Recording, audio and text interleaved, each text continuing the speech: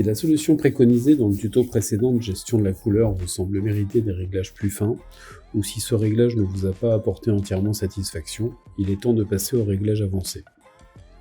La proposition de réglage proposée précédemment est particulièrement efficace sur les multifonctions de dernière génération, comme l'Altalink C8135, mais elle peut être insuffisante dans certains cas. Plus généralement, les modèles plus anciens nécessitent une attention plus particulière dans les réglages couleurs. Heureusement, le pilote Xerox GPD-PS laisse à l'utilisateur la possibilité de définir un réglage par défaut très précis. Dans ce cas, nous allons revoir les options avancées du logiciel Acrobat et vérifier si l'imprimante gère bien les couleurs.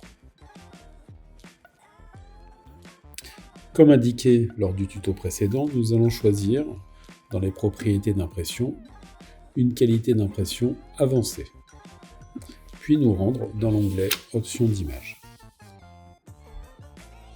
Dans la correction des couleurs automatique Xerox est assez difficile à personnaliser.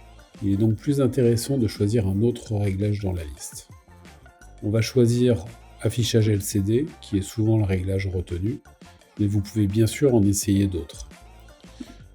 Il serait étonnant que vous obteniez le résultat voulu du premier coup. Pour un réglage cohérent, je vous conseille d'imprimer la mire-test que vous pouvez nous demander par mail à xerox@ajp.fr.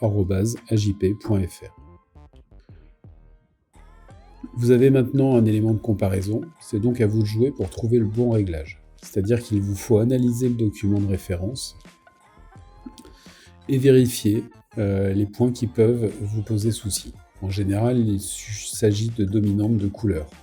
Trop jaune, trop ceci, pas assez cela.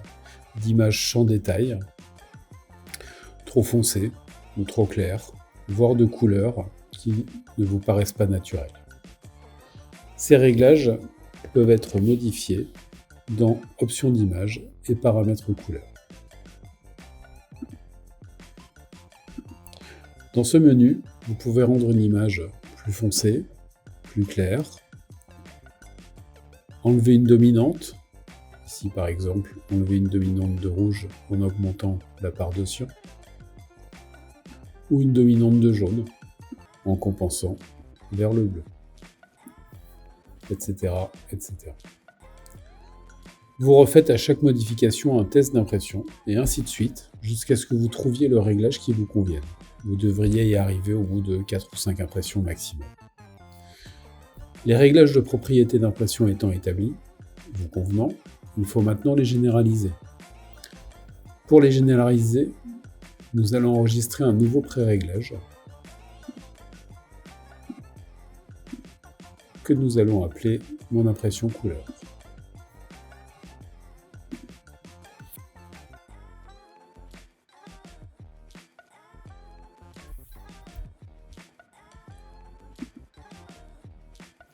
On le valide par le bouton OK.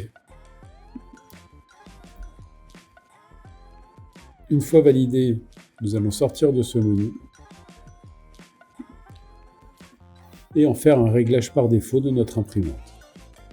Dans Windows, encore une fois, menu démarrer, paramètres, périphérique, imprimante, choisir l'imprimante, retenu, gérer, puis préférences d'impression.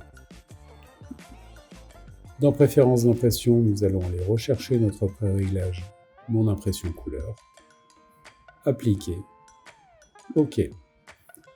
Ce réglage devient maintenant un réglage par défaut de tous vos logiciels. Vous n'avez plus besoin de vous en préoccuper.